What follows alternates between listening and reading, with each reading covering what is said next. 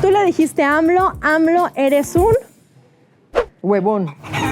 Le conozco muy bien su personalidad y su dinámica mental. Sí. No me resulta nada extraño lo que viene haciendo. Tan es así que en su momento advertimos que lo peor que le podría ocurrir al país es que llegara a la presidencia. ¿Qué crees que tu papá le diría a AMLO? Y ahora, ¿tú qué crees que le diría a la Betty, que es esta Betty que dio un discurso para millones de mexicanos y para proteger nuestra democracia? ¿Qué crees que tu papá te diría? Le diría, mi padre le diría a un paisano, porque además los dos son tabasqueños, mi padre le diría a un paisano, eres un traidor a México.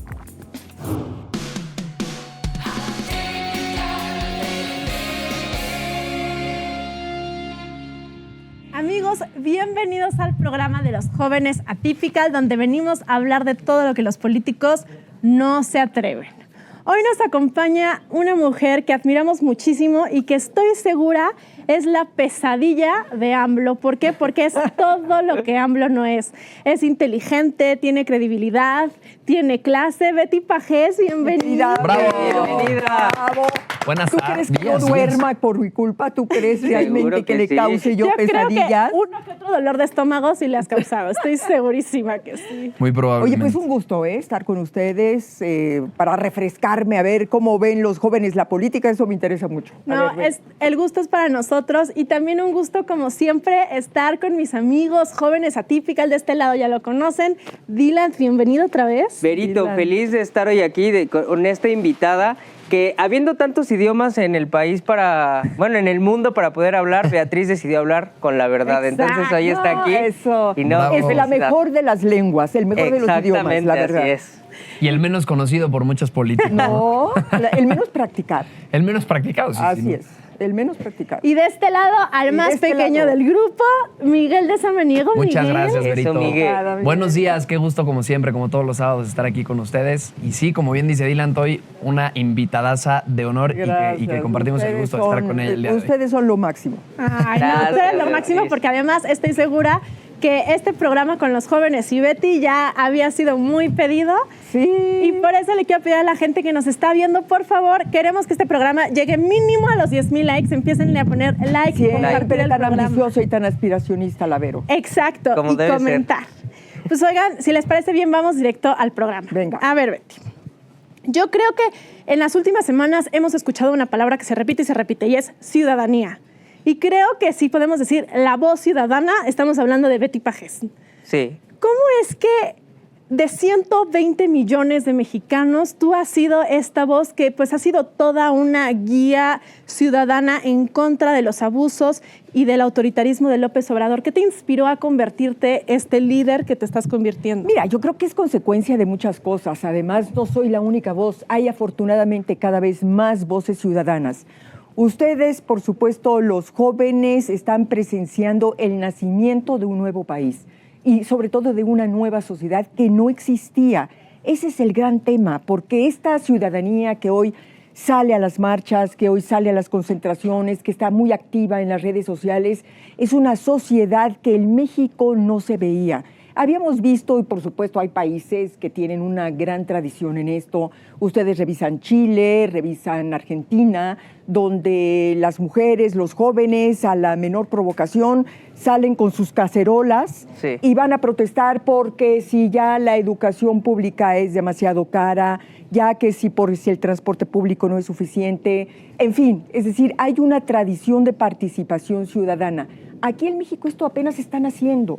Y afortunadamente, mira, yo a este que dices que yo no dejo dormir, lo único que yo le reconozco es que debido a tener un gobierno autoritario, autocrático, arbitrario, que ha violentado todas las leyes y pasado por encima de todo y que además se dedica a insultar, a descalificar y a dividir al país, lo único que le agradezco es que haya logrado conmover la conciencia de hombres, de mujeres, de jóvenes y que nos lanzara a las calles y a las plazas públicas a decir, señores, no nos gusta lo que usted está haciendo, estamos por la defensa del Instituto Nacional Electoral, estamos por la defensa de la Corte, de las instituciones, y creo que este despertar ciudadano es lo único que nos puede permitir que en el 24 Morena no se reelija. Entonces, no soy la única voz, afortunadamente, yo simple y sencillamente me tocó ser vocera del sentir y del anhelo de muchos ciudadanos, pero creo que cada vez, y debe de haber cada vez más, porque fíjense, la lección que nos dejó la derrota de la Alianza Va por México en el Estado de México fue que todavía no tenemos suficiente ciudadanía para ganar las elecciones. Llenamos plazas públicas, estamos llenando calles, pero eso no es sinónimo todavía de llenar urnas. Oye, Betty, y a mí, hablando de ese tema específico de las elecciones que se vivieron hace unas semanas en Edomex y en Coahuila, o sea, sí coincido contigo, es muy cierto que parte del resultado se da por la baja participación ciudadana, 49% en el Estado de México, en Coahuila también debió de haber rondado el 50 y tantos %, no creo que haya sido una participación muy alta en Coahuila específicamente. Pero a ver, también hay que decir las cosas como son. También la culpa de que la gente no salga a votar es el hartazgo que hay hacia los partidos políticos, llámese PRI, llámese PAN, llámese PRD, llámese Morena. Sí es cierto que Morena está generando un hartazgo ya, porque van 5 años de gobierno en donde nada más vemos que se generan retrocesos. Y esto no lo digo yo. Váyanse a las cifras que puedes buscar, por ejemplo, en el Secretariado Ejecutivo del Sistema Nacional de información. Mil fuentes de información existen del gobierno federal para poder darnos cuenta cómo las cifras en absolutamente todos los rubros pues cada vez van peor. Pero también hay que echarle la culpa y bueno, no echarle la culpa como tal, pero sí hay que señalar a los partidos políticos. Necesitamos exigirle absolutamente a todos los partidos políticos. Ahí estás dando la respuesta. Claro, exigirle a todos los partidos políticos que pongan candidatos que nos entusiasmen. Ahí estás dando la respuesta. Mira, el abstencionismo es multifactorial. Es decir, hay una serie de elementos que dan como consecuencia la falta de presencia o la ausencia de la ciudadanía en las urnas. Cierto los partidos políticos, cierto el tipo de candidatos que no logran entusiasmas, pero tú acabas de decir algo. Tenemos que exigirle a los partidos. Efectivamente, estás hablando de una sociedad distinta, porque antes esa sociedad ni siquiera se atrevía a pedirle y a exigirle a los partidos políticos. Eso es exactamente lo que tenemos que hacer los ciudadanos. Es cierto. Salirnos bajarnos de la hamaca, dejar de pensar que solamente los partidos y las autoridades pueden resolver nuestros problemas y que nosotros, la sociedad, podemos comenzar a ponernos al frente de toda una cruzada para cambiar a este país. Pero eso depende de nosotros, del nivel de concientización y de la capacidad de responsabilidad que tengamos. Oye, Betty, pero esto me lleva a una pregunta obligada. A ver, yo veo muchos los comentarios de Atypical y sí eres una figura en específico que creo que reúne estas características. Sin duda inspiras, tienes credibilidad, entusiasmas. ¿Tú te gustaría ir por la presidencia? Esa es la pregunta de los 1,000 millones de euros. Dinos. A ver, yo creo que tenemos que estar, podemos soñar, pero muy con los pies en la tierra. Yo creo que como ciudadana, como periodista, creo que tengo una labor y un compromiso con mi país. Y me parece que pretender en este momento tener una aspiración de esta naturaleza me sacaría de la realidad. Yo creo que México ya no está para experimentos. Sí. México no está para que cualquiera que se le ocurra, en México se dice que todos quieren ser candidatos y candidatas a la presidencia de la República. No. Fíjate una cosa, Vero. En el 24 nos vamos a encontrar en un país en estado de guerra. Es decir, hecho ruinas. Por supuesto que si estos señores logran reelegirse, imagínate tú la condena que va a tener este país a continuar con la destrucción de todo, economía, educación, salud, más lo que tú le quieras añadir. Vamos a necesitar de alguien, de una figura que reúna, qué difícil, pero que reúna 2 elementos cuando menos. Primero, que conecte con la sociedad, que conecte con la ciudadanía, con el mayor número de sectores sociales, pero además que tenga cierta experiencia en materia de servicio público para poder actuar con conocimiento y con responsabilidad. Es decir, estamos en un momento complejo donde yo digo, no cualquiera por una simple ocurrencia o una simple ambición tiene derecho a aspirar a la presidencia. Y Vero lo dice bien, o sea, eres una mujer que inspira. Yo conozco a Beatriz, bueno, Beatriz es una periodista y una mujer política de hace mucho tiempo, ¿no? Que ha hecho luchas, no solamente ahora que la vemos muy activa, que te hemos visto en estos discursos monumentales en el Zócalo, sino ya desde antes eres una mujer que ha dado una lucha por la ciudadanía. Fuiste diputada constituyente, yo me acuerdo muy bien, hiciste un papel en donde te veía. Sí, claro, yo era asesor, tenía como 18 años en el Congreso Constituyente y Beatriz era diputada y la verdad es que daba unos discursos, bueno, la hemos visto, ¿no? Creo que como mujer política eres muy buena, como periodista tienes la revista Siempre, eres muy buena también. Y creo que sí se necesitan más ciudadanos, más ciudadanas como tú, pero es aquí donde me pongo a pensar, a ver, hoy en día tenemos un empate técnico, ¿no? O sea, si sumamos los votos de Coahuila y el Estado de México, la alianza PAN-PRI-PRD saca 3,5 millones de votos. Y Morena también saca 3,5 millones. Al final de cuentas, ¿qué nos sacaría de ese empate? ¿Qué haría ganar a la alianza? ¿Qué necesita la alianza para ganar? Varias cosas. Primero, por supuesto, un ciudadano que sea electo por primera vez con la participación de la sociedad. A ver, ¿qué son las cosas que fallaron concretamente? A ver, ¿qué es lo que falló en el Estado de México?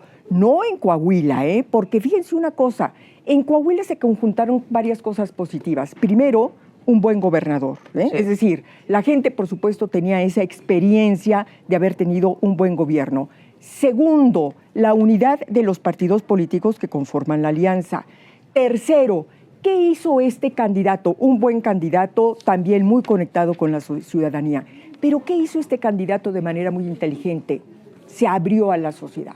Es decir, le dijo a los rotarios, le dijo a las madres buscadoras de sus hijos desaparecidos, le dijo a los empresarios, le dijo a los comerciantes, vénganse y vamos juntos a construir una estrategia para que partidos y sociedad podamos ganar. Y ganaron.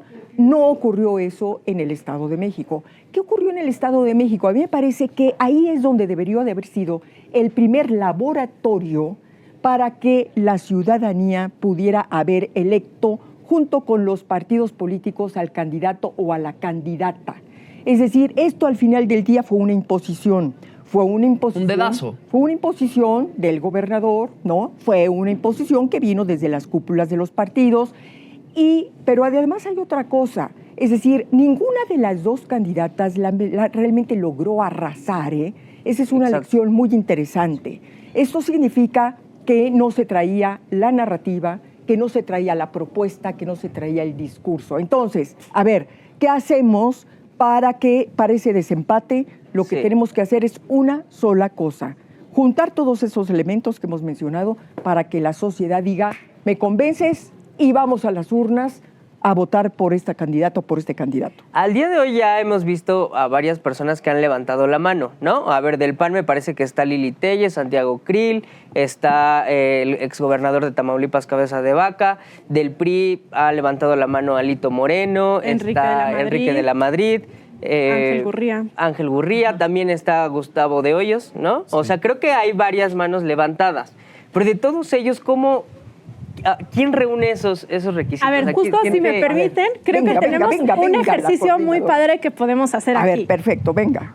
Ayúdenos, y también ustedes, a construir, a meter en una licuadora a todas esas voces que tú estabas hablando y ver qué elementos tomaríamos de cada uno de estos para hacer al candidato perfecto. A ver, creo que nos lo van a poner aquí en la pantalla foto por foto. Venga. A ver, Lili Telles, ¿qué recogerías de Lili Telles para meter en una licuadora y sacar? Bueno, es una mujer muy arrojada, es una mujer muy aventada, muy aguerrida. Yo tomaría de ella esa energía y ese coraje que tiene. Perfecto. De Krill, ¿qué tomarías? Bueno, de Santiago su institucionalidad, es decir, es un abogado espléndido, un constitucionalista. Yo tomaría de él tanto su formación jurídica como su experiencia política. De Enrique de la Madrid, ¿qué tomarías? Bueno, Enrique de la Madrid fue un gran servidor público, es un gran técnico en la materia. Yo de ahí tomaría esa experiencia. La técnica. Perfecto.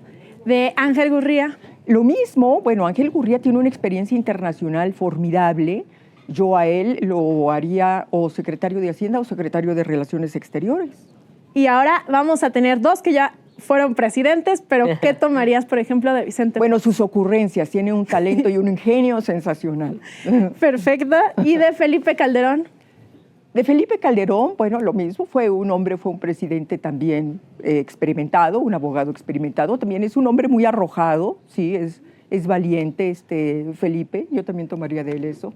Perfecto. Y de aquí hay una de las figuras que tú dijeras, esta es la que más bueno, es que nos faltan, ahí no están todos los que son, sí, no son todos los que eran, pero nos faltan. Pero a ver, yo diría una cosa, fíjense, de estos 13 que han levantado la mano, formarías cuando menos con 10, 11 de ellos un excelente gabinete, de primer orden.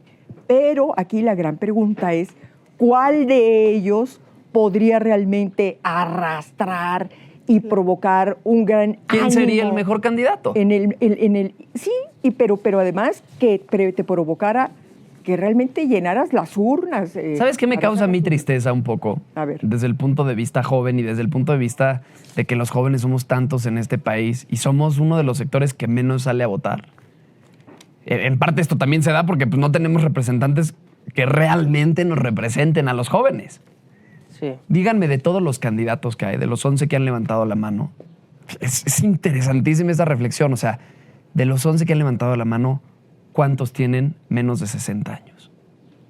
Muy pocos, es decir, todos por supuesto. Es decir, tú estás Ninguno. hablando de que no hay un joven ahí. No hay un joven, tampoco hay... O sea, no veo cómo podamos hacer Es que un candidato o una candidata de los que han levantado la mano realmente emociona a la gente a que salgan a votar. O sea, Ese es el tema. Y lo Ese es el digo... tema. Lo digo con toda la... Claro. Es la verdad, ¿no? O sea, lo digo con todo lo que esto implica.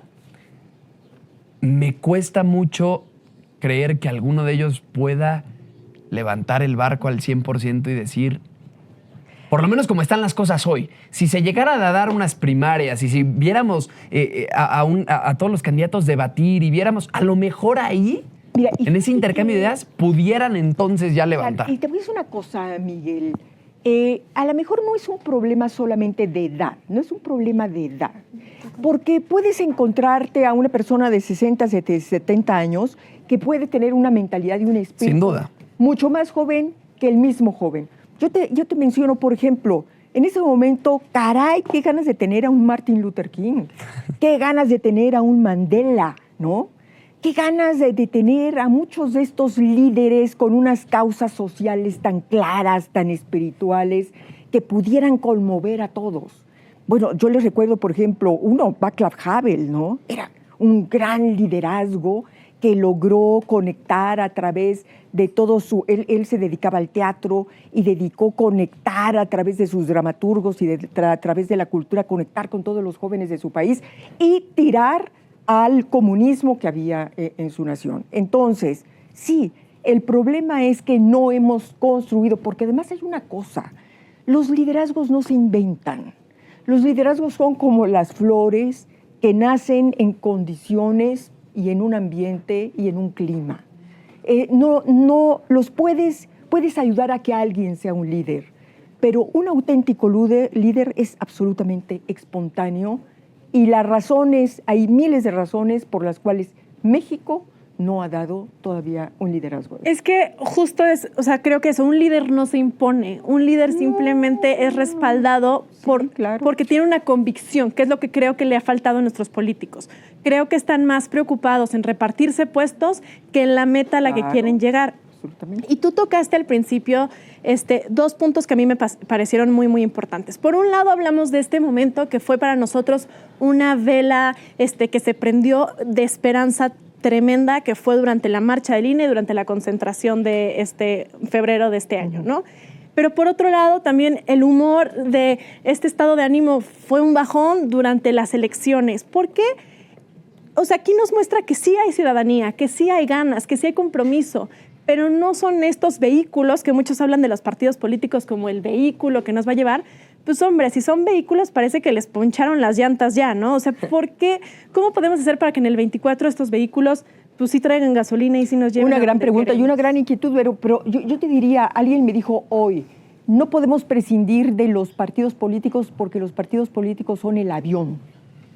Es decir, son precisamente el vehículo. Es decir, es así lo que nos impone este sistema político que tenemos.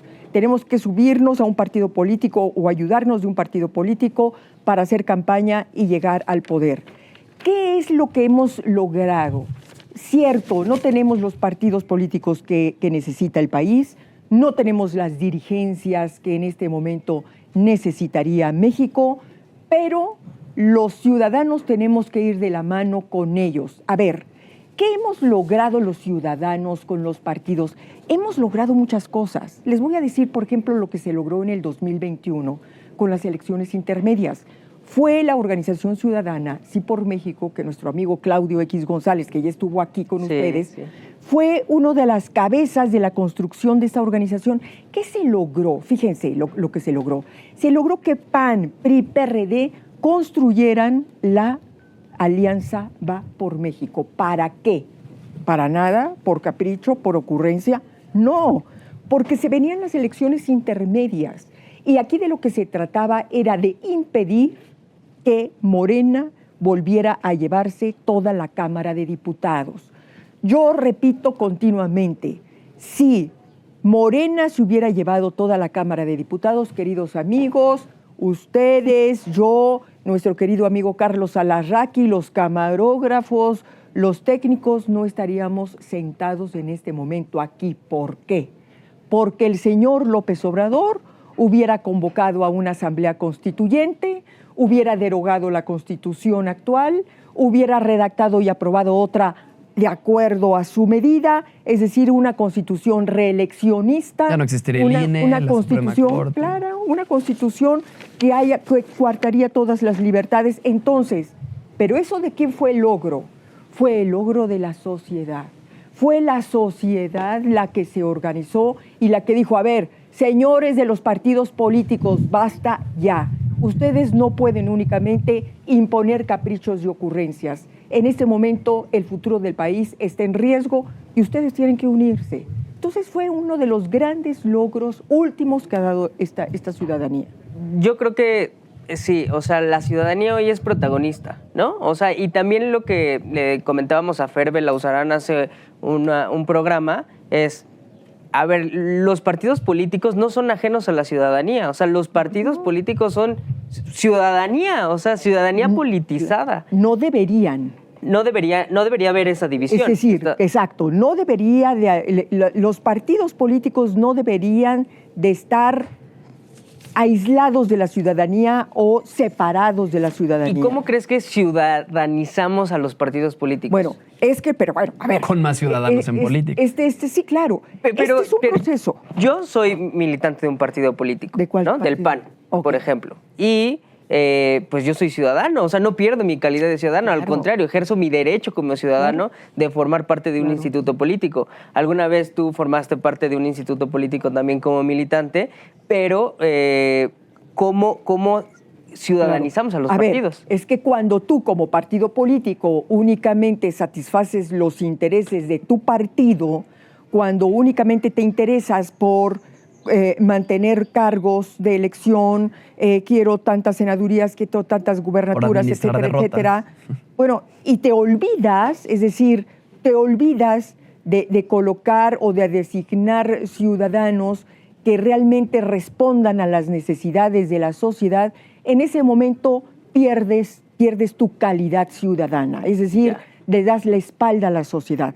¿Qué estamos haciendo? ¿Y qué es lo que tú dices, Miguel? Es que hay que decirle a los partidos, en eso estamos. Miren, los partidos políticos mexicanos están anclados en el siglo XIX por ser bondadosos y la ciudadanía está en el siglo XXI. Es decir, hay un desfase impresionante y los ciudadanos tenemos que ayudar, convencer, presionar de la mejor manera a los partidos políticos para que evolucionen. Claro. Los partidos dejaron de evolucionar hace mucho tiempo. Y hoy creo que los ciudadanos, solo tienen dos opciones. O sea, o apoyas a Morena y esta alianza corrupta o apoyas a la alianza del PAN, del PRI, del PRD. El problema es que el ciudadano cuando llega a la casilla dice, bueno, a ver, este partido ya gobernó por 80 años, este otro pues está haciendo alianza con el que gobernó 80 años, ¿no? No porque esté mal, o sea, ojo, creo que han hecho cosas buenas y malas, y tienen enfrente a un gobierno que es muy, o sea, unos políticos que son nuevos, en teoría, que representan Morena, pero que en realidad no tienen de nuevo absolutamente nada, sino que son los políticos de la vieja escuela que hoy están ejerciendo el poder y lo están haciendo mal de manera autoritaria como se hacía en los 60. Son los mismos dinosaurios, solo se cambian el color Cambiaron el nombre. De la chamarrita que usan. Maquiavélico, así de simple. Pero a ver, claro, por eso precisamente, Vero, amigos, yo creo que precisamente por eso es tan importante que para el 24 se elija por parte de la alianza opositora, haya un método. Tú hace un momento hablabas de primarias, a lo mejor ese es uno de los tantos métodos que puede haber, y tenemos que ver si efectivamente eso podría garantizar la representatividad. Pero a ver, precisamente por eso es muy importante que el método que se escojan en este momento, y están sentados afortunadamente PAN, PRI, PRD y distintas organizaciones ciudadanas para discutir el método para elegir a ese futuro candidato o candidata. Pero ¿cuál es el centro, la columna vertebral, el espíritu fundamental de este método? Tiene que ser que por primera vez en la historia del país tienen que participar los ciudadanos. Claro. Yo no sé si únicamente a través de encuestas, yo no sé si a través de un voto directo, es decir, yo no sé si a través de algún tipo de estudio demoscópico, a través de otro tipo de expresiones, no lo sé, no soy experta. Pero lo que sí es cierto es que incluso para comparar lo que está haciendo Morena por el dedazo presidencial y con esta simulación de que haga, es como una señora que trabaja en la calle vestida de monja, ¿no? Ese es el método, eso es el método de Morena, que participe la sociedad por primera vez. ¿Y por qué? Porque necesitas de su origen legitimar a ese candidato, ¿sí? O candidata, darle credibilidad desde el origen, desde la cuna. Y creo que entre más despierta vean a la sociedad los partidos políticos, no les va a quedar de otra más estar comprometidos. O sea, si pensamos en los partidos políticos como las Hermanitas Descalzas o como un grupo de caridad que va a ir a tocarnos y va a decir, ¿qué quieres que haga? Estamos muy mal. Al final creo que sí hay que ser realistas en el sentido en que sí es un grupo de gente que se está repartiendo cosas, etcétera. Pero si nosotros, y hablo por ejemplo ahorita de un grupo que tú decías, los jóvenes, que somos 1/3 del electorado, nosotros exigimos, van a decir, ok, aquí hay un grupo que me puede dar mucho, entonces lo voy a atender. Pero si dicen, no importa qué les diga, estos se van a quedar callados, pues no me importa y mejor atiendo para allá. Entonces creo que es este trabajo como de dos lados, como estira y afloja, en donde no podemos solo responsabilizar a un lado de la cadena de los partidos no emocionan, sí, pero si los partidos no nos perciben como un público que va a votar por alguien y que más les vale que sea por ellos, tampoco van a crear ningún tipo de propuestas que nos interesen. Tienes toda la razón. Mira, y esto quedó demostrado en la marcha del 13 de noviembre. El 13 de noviembre, cuando salimos a la calle, esta gran concentración en Reforma, que nos fuimos al Monumento de la Revolución, para defender al INE, ¿se acuerdan que fue la reforma constitucional para deshacer al INE? Debido a la magnitud, a la importancia de esa marcha que se dio en más de 60 o en más de 100 ciudades del país, gracias a eso, el PRI tomó la decisión de votar en contra de la reforma constitucional del INE.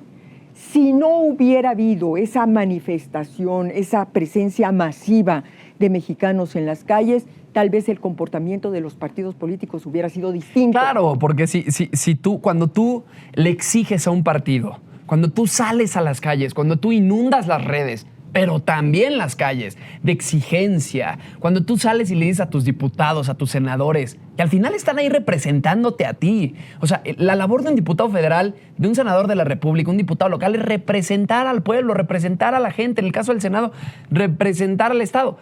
Pero si la gente sale, si los ciudadanos salimos, si los ciudadanos exigimos, entonces los partidos políticos ya no pueden actuar nada más conforme a sus intereses políticos.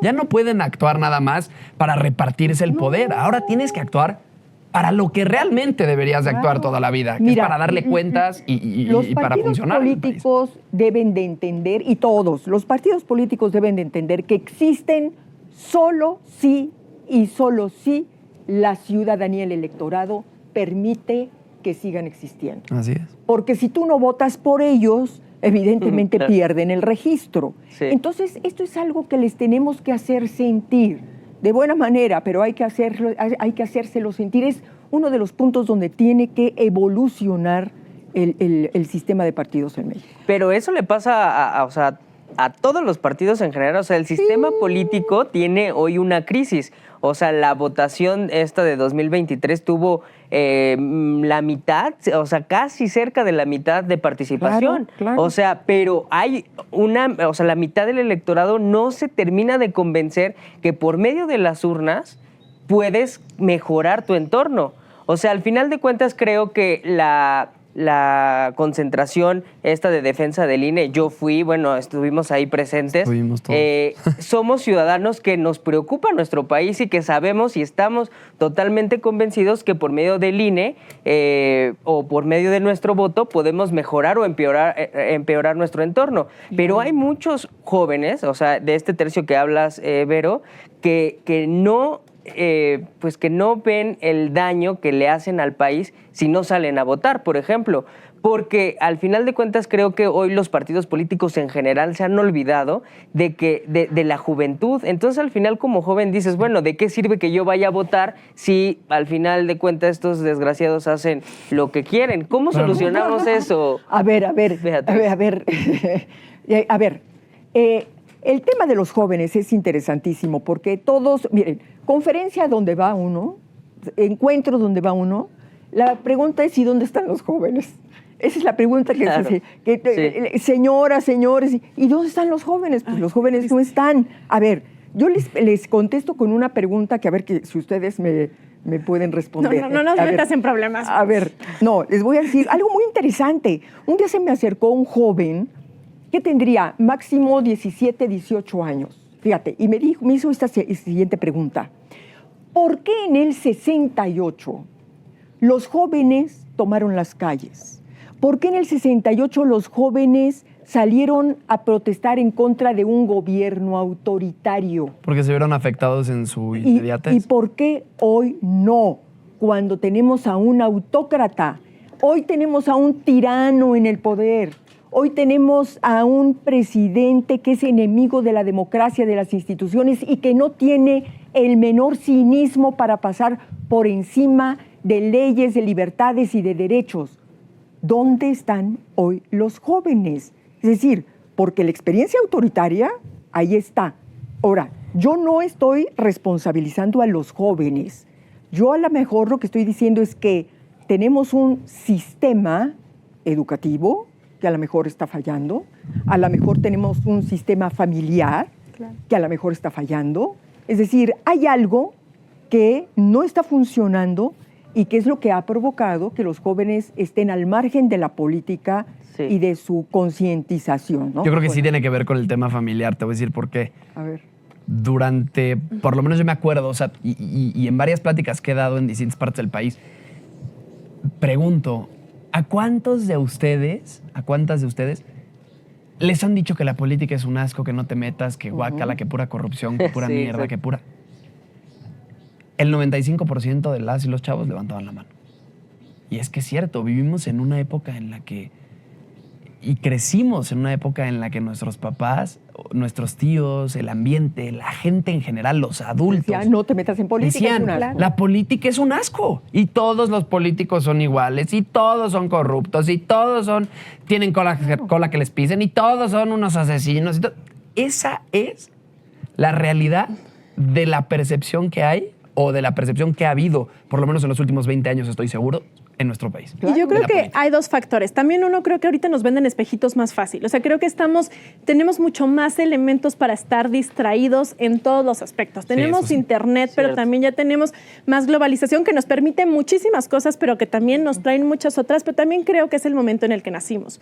Nosotros somos ya post régimen autoritario prista. Nosotros ya vivimos una democracia, o sea, no tenemos este recuerdo. Nacimos en un país con De libertades. lucha. Exacto, y creo que eso sí nos tiene un poco adormilados, en el sentido en que sí tenemos a un autoritario enorme en el poder, pero afortunadamente todavía no nos pone el pie así. O sea, a lo mejor estamos aquí. Pues ya casi. Sí, pero Estamos porque aquí. los ciudadanos hemos estado impidiendo que justamente Sí. haga eso, Pero- eso de aplastar. El chiste es que no lleguemos a eso. O sea, el chiste es que no nos haga falta que nos Por hagan eso los así. necesitamos en las urnas a los jóvenes, por eso los necesitamos en las calles. Oye, Betty, brincando A un ver. poquito de tema. Hay un momento del desayunando que en las que dicen las palabras que cambiaron la historia del desayunando y todos las recordamos muy bien. Tú le dijiste a AMLO, eres un... Huevón.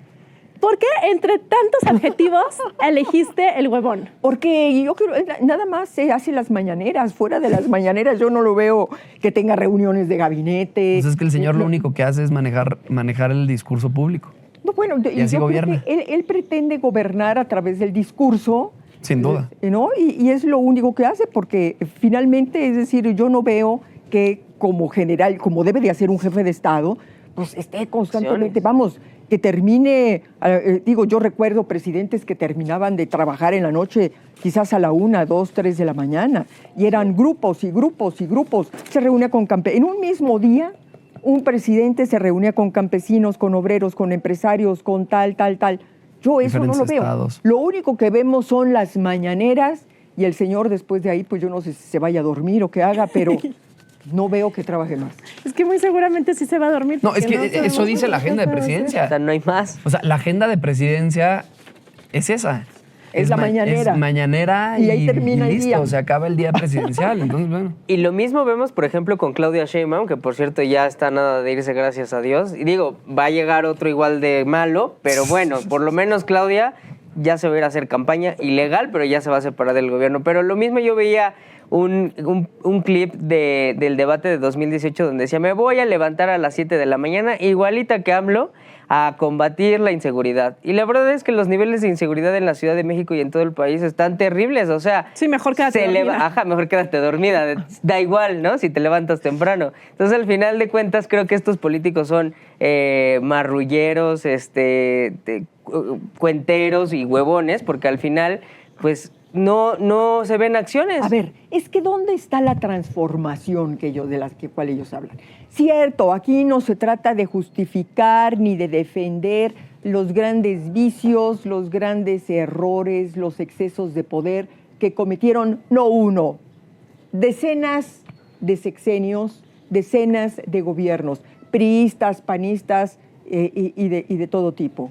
Pero ¿dónde está la transformación? Es decir, tú me dijiste, López Obrador, que eras diferente, que tu gobierno iba a ser distinto, que no iban a ser corruptos, que no iban a abusar del poder, que iban a ser honorables, sencillos, humildes, cercanos a... ¿Dónde está? Es decir, tenemos funcionarios que pues, viven de privilegios, aunque los Y en el oculten. Ignacio Valle, ¿No? Manuel Bartlett, Hijos, bueno, hombre. los hijos del presidente que no dejan de ser juniors, Claro. ¿no? Beneficiándose con la riqueza que les permite en este momento tener a un presidente en el gobierno, en el poder.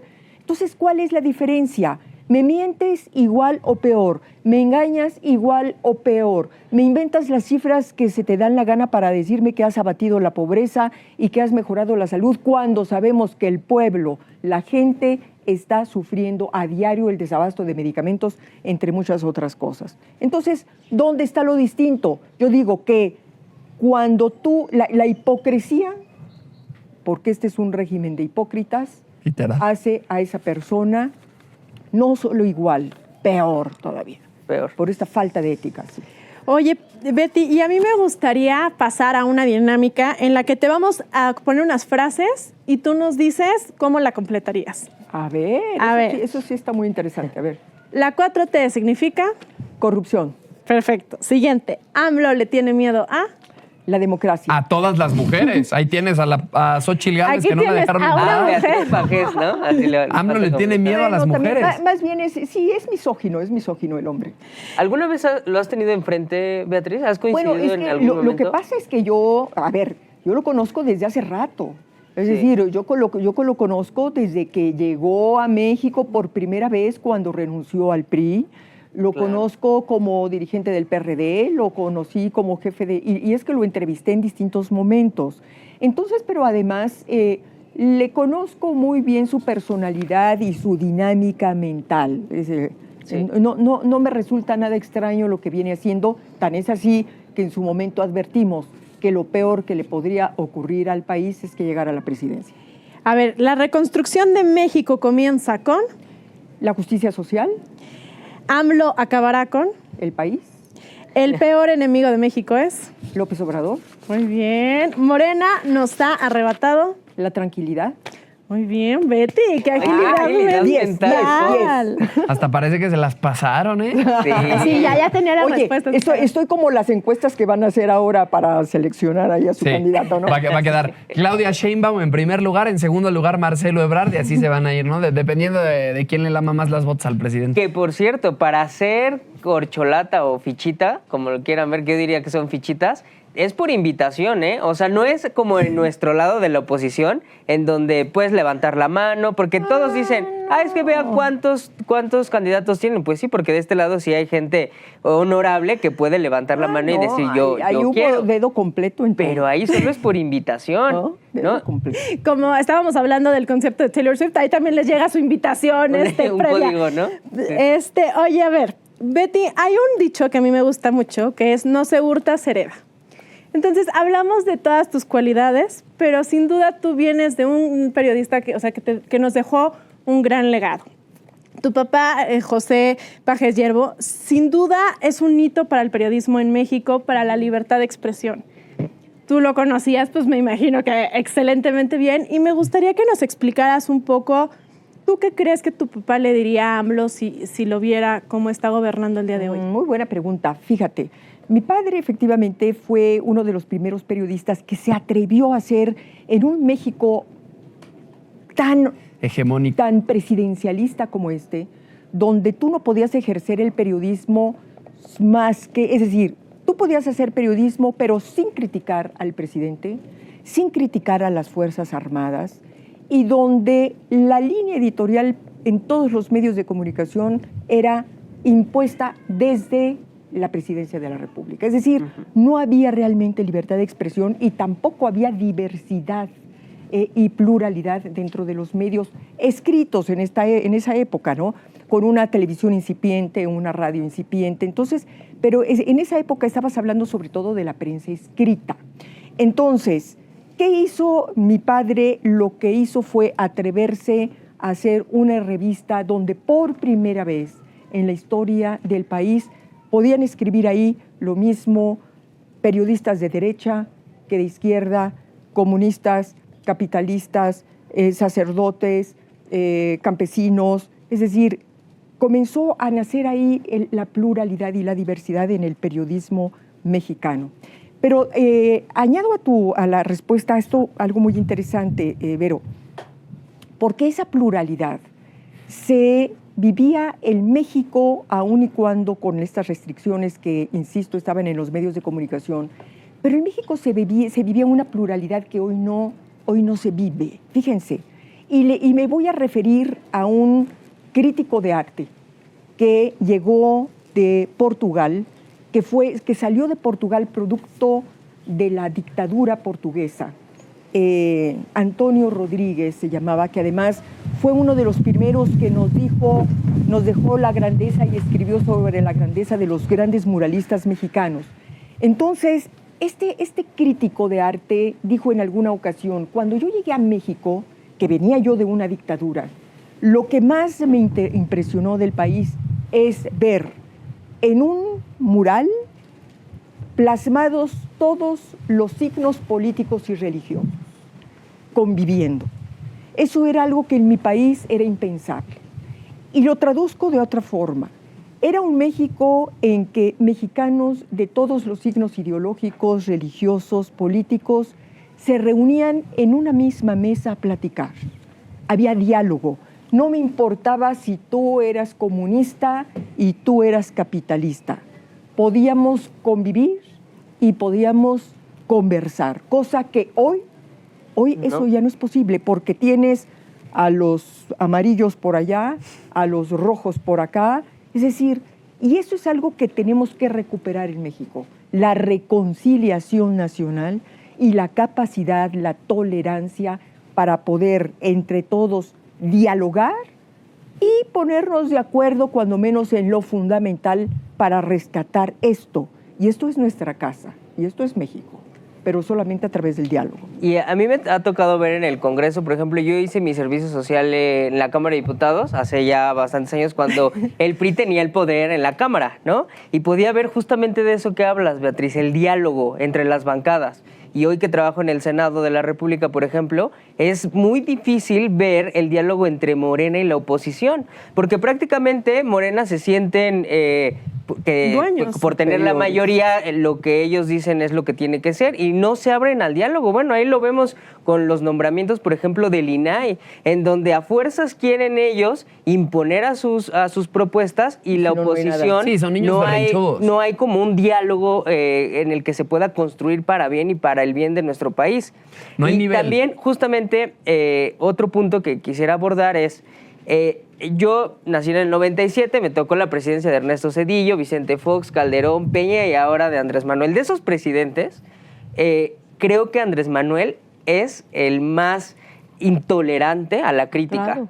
¿Cómo has podido llevar ese legado que te dejó tu padre, Beatriz, a un gobierno o a hoy en día mantenerlo? Ejercerlo. Y ejercerlo. Hoy es muy difícil ejercer con absoluta libertad el periodismo. Sí. Nosotros lo hacemos y las consecuencias las pagamos desde el primer día de este gobierno. Es decir, nosotros formamos parte, la revista Siempre está en ese listado que un día y otro también saca el presidente para decir estos son los medios conservadores corruptos y con ellos no quiero nada. Bueno, lo acaban de decir ayer Morena en sus acuerdos de consejo político. A ver, que los candidatos o los aspirantes a la presidencia que de ninguna manera vayan y accedan a entrevistas o vayan a discutir allá a medios conservadores, corruptos, neoliberales. Bueno, eso es simplemente coartar, claro. Eso es censura, eso es coartar la libertad de expresión. ¿De dónde dicen estos señores que son demócratas, por Dios?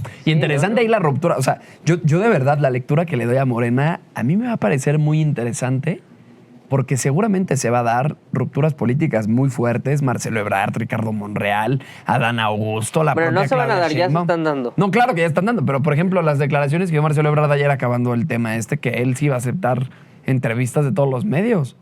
O sea, ¿qué tal, no? O sea, prácticamente es como de, bueno, vamos a hacer aquí la simulación, nada más nadie haga lo que... Este lo es que el club de Toby, señores, ¿no? Y aquí Sí. nada más nosotros Sí, nos arreglamos. Es que AMLO piensa que en el 2018 le regalaron el país. O sea, se le pusieron una cajita y le pusieron un moñito y le dijeron, es tuyo. No entiende que fue contratado por millones de mexicanos para representar algo que los engañó, pero no es su país. No puede venir y con dedazos elegir a lo peor. Yo creo que tienes toda la razón. Se va a poner muy interesante porque lo hemos dicho, Morena va a ser el peor enemigo de Morena. Al final, perdón, pero tienen a la peor calaña de personas ahí que la lealtad a AMLO, yo creo, le va a durar hasta el día de su gobierno. Después lo van a quitar y se van a despedazar para llegar a la silla presidencial. Pues mira, yo creo que si el señor, como se dice que en varias ocasiones ha estado a punto de ya no poder ejercer la presidencia por problemas de salud, yo creo que en el momento en que López Obrador desaparezca, creo que en ese momento se desintegra Morena. El único factor de unidad de Morena es el presidente. Tan es así que este consejo que se reunió el día de ayer, pues es un consejo, el consejo de Morena está totalmente dividido, está totalmente confrontado. Es decir, hay grupos, hay ellos y sus famosas tribus, ¿no?, que se pelean entre ellos porque además muchos llegaron a ser consejeros producto de un fraude. Es decir, la elección interna que hubo dentro de Morena hace justo un año, bueno, pues Ay, que se agarran a golpes. que le en las prohibieron a casillas, este cuate, a este Ackerman, ¿no? Le prohibieron John ahí, Ackerman, claro, sí, porque es un crítico del procedimiento que se hizo en su momento para seleccionar a los consejeros. Entonces, sí están divididos. Y la división fue su fracaso en Coahuila, por ejemplo. Yo sí estoy seguro que las buenas propuestas de la Alianza Va por México, PAN, PRI, PRD, yo también no descarto que Movimiento Ciudadano se pueda unir a esta gran alianza, y también va a ser todo el tema de que no se van a poder poner de acuerdo en Morena como sucedió en Coahuila. Esos elementos se van a juntar para el 2024 y eso nos dará la posibilidad de poder cambiar y salir de ese terrible gobierno a un gobierno gobernado por el PAN, PRI, PRD y MC, ojalá. Pues mira, dices bien, porque entre estos cuatro que ahora están compitiendo, una gran interrogante es Marcelo Ebrard, ¿eh? Ahí podemos hablar del factor Marcelo Ebrard, no sé qué vaya a pasar, es decir, no, porque aquí yo creo que hay dos realmente que están en disputa, que son los dos con posibilidades de ganar la encuesta, que es Sheinbaum, que es Marcelo, sabemos que hay enfrentamientos entre ellos. ¿Qué va a pasar con uno u otro si no queda? Pero no nos hagamos, o sea, yo creo que Claudia, con todo y la encuesta se ve que va a salir a favor de Claudia. La encuesta es quién pague más, quién tendrá más lana. Disfrazada de encuesta, ¿para qué nos hacemos si ya sabemos que Claudia va a ser la candidata? Lo que diga mi dedito, al final va a ser, ¿no? O sea, sí, exacto. Y también creo que, no cambiando de tema tanto, pero sí se me ocurre una muy buena pregunta para Beatriz, es, hoy en día hay más de 60 periodistas asesinados, ¿no? En lo que va de este sexenio. ¿Tú qué le dirías a los periodistas hoy en día que ejercen su profesión y corren riesgo? Que no dejen de defender la libertad de expresión. Lo único la principal causa que nos mueve a los periodistas es la libertad, la defensa de la libertad de expresión y la libertad de información. Los periodistas no somos periodistas si no informamos y si no ejercemos nuestra opinión o practicamos con nuestra opinión de acuerdo a nuestra conciencia. Ahora, yo lo que diría también a muchos colegas periodistas es que cuando se trata de dar información relacionada con el crimen organizado, eso sí hay que tomar medidas muy importantes. A ver, yo les digo lo siguiente, no es lo mismo que un periodista haga una cobertura de guerra convencional, es decir, que si yo me fuera en este momento a cubrir la guerra entre Ucrania y Rusia, donde llevas todas las credenciales y todas las garantías y la protección de un protocolo internacional para ser un corresponsal, a cubrir una guerra que no es convencional como es la del crimen organizado. Ahí creo que los periodistas sí estamos en falta porque no hemos logrado construir, junto con los medios de comunicación que los mandan a esa cobertura, a tener un protocolo acordado para hacer una cobertura que no ponga en riesgo tu vida. Son dos cosas distintas, pero la causa fundamental de un periodista es defender a toda costa tu libertad para decidir, para decir y para pensar. Y mientras termina el sexenio, o sea, a mí me queda claro que yo espero que la gente salga a votar y cambie este gobierno terrible. Mientras hay un cambio de gobierno, ¿cómo pueden ejercer hoy el periodismo? ¿Con qué garantías si el gobierno no las da? Sí, pues con ninguna garantía, simple y sencillamente por tu convicción. Es como si ¿qué te puedo decir? ¿Cuál es la principal responsabilidad o la principal compromiso que tiene un médico? Un médico tiene que salvar vidas, un médico tiene que curar. Bueno, pues un periodista lo mismo, un periodista tiene que expresar lo que piensa e informar sobre el resultado de su investigación. Si tú no lo haces, me parece que estás cancelando o estás traicionando tu vocación y tus principios fundamentales. Oye, Betty, y para cerrar el programa, qué triste porque ha sido un programazo y me ha encantado, pero justo te preguntaba, ¿qué crees que tu papá le diría a AMLO? Y ahora, ¿tú qué crees que le diría a la Betty, que es esta figura, que es este líder social, a esta Betty que dio un discurso para millones de mexicanos y para proteger nuestra democracia, ¿qué crees que tu papá te diría? Le diría, yo creo que mi padre le diría a un paisano, porque además los dos son tabasqueños, mi padre le diría a un paisano, eres un traidor a México. Porque lo es. ¿Sí lo es? Sí. Es lo que le diría. Pues así de contundente, qué mejor manera de cerrar el programa. Pero antes que nada, Betty, de verdad agradecerte todo el tiempo, este gran programa que nos has regalado. Encantada. Seguramente va a ser Me uno salgo de los... refrescada y oxigenada con tanta juventud. No, de los favoritos. Dylan, Miguel, muchísimas gracias por Gracias, acompañarnos gracias. una semana más. Gracias a ti, Gracias. Brito. Y a ustedes que están en casa también, muchísimas gracias por acompañarnos. De verdad, recuerden cómo apoyarnos. Es muy sencillo, requiere de dar like, de compartir, de comentar. Todas esas cosas que hacen a nosotros nos ayudan, hacen que este mensaje llegue a más gente, especialmente a más jóvenes. Por favor, compártanlo a todos los sobrinos, nietos, hijos que tengan por ahí cerca. Muchísimas gracias por acompañarnos. Nos vemos el próximo sábado. Bravo. Eso. Bravo, bravo.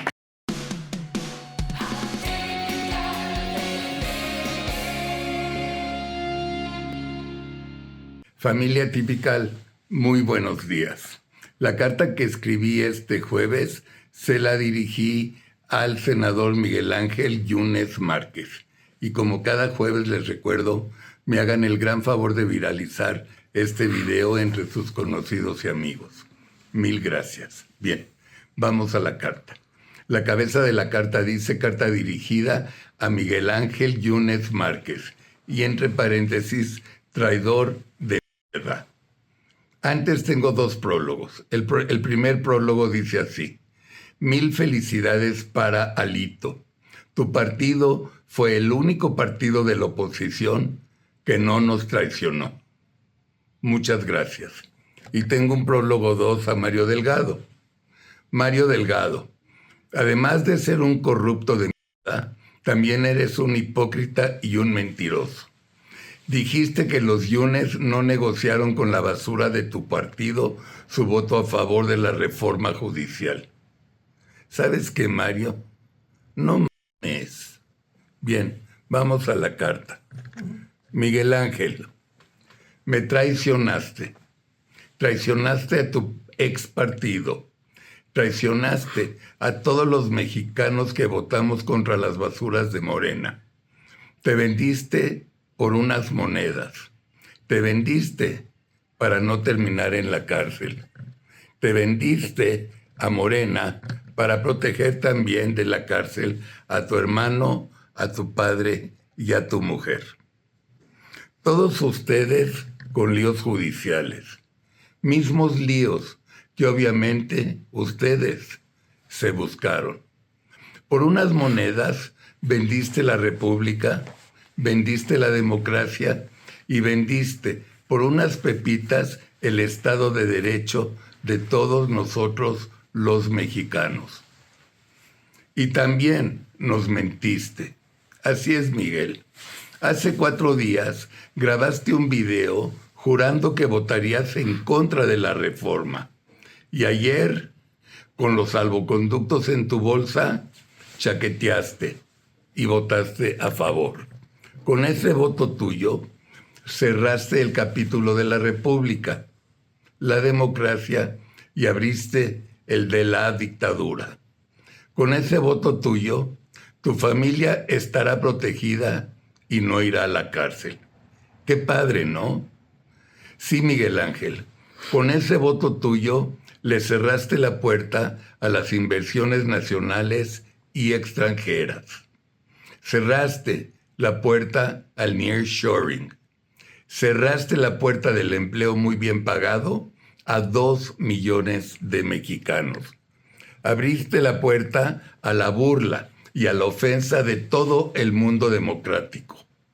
Abriste la puerta al crimen organizado y, para el colmo, abriste la puerta a toda la corrupción de este gobierno asqueroso. Te vale madres, ¿verdad? Tú salvaste tu pellejo. Y ya para terminar, te diré las razones de mi enojo. Imagínate, 2 senadores del PRD fueron comprados con menos monedas que las tuyas para cambiarse a Morena. Un senador y una senadora traicionando a su partido y a su país. Luego, un senador de Campeche que parece que su papá es un gángster, no asiste a la votación y por arte de magia, ¡pum!, papá e hijo ya son inocentes. Y ustedes, Miguel Ángel, por un pinche voto, les quitan todas las órdenes de aprehensión. Moraleja, haz el mal sin mirar a quién. Y una vez que lo hiciste, postúlate como diputado o senador. Con eso, ya la hiciste. Y por último, Miguel Ángel, aunque no sabías lo que hacías, yo no te perdono. Familia Typical, esta es la carta de este jueves. Disfruten de toda la programación de nuestro canal. Descansen, tengan un lindo fin de semana y nos vemos el próximo próximo jueves, Dios mediante. Muy buenos días.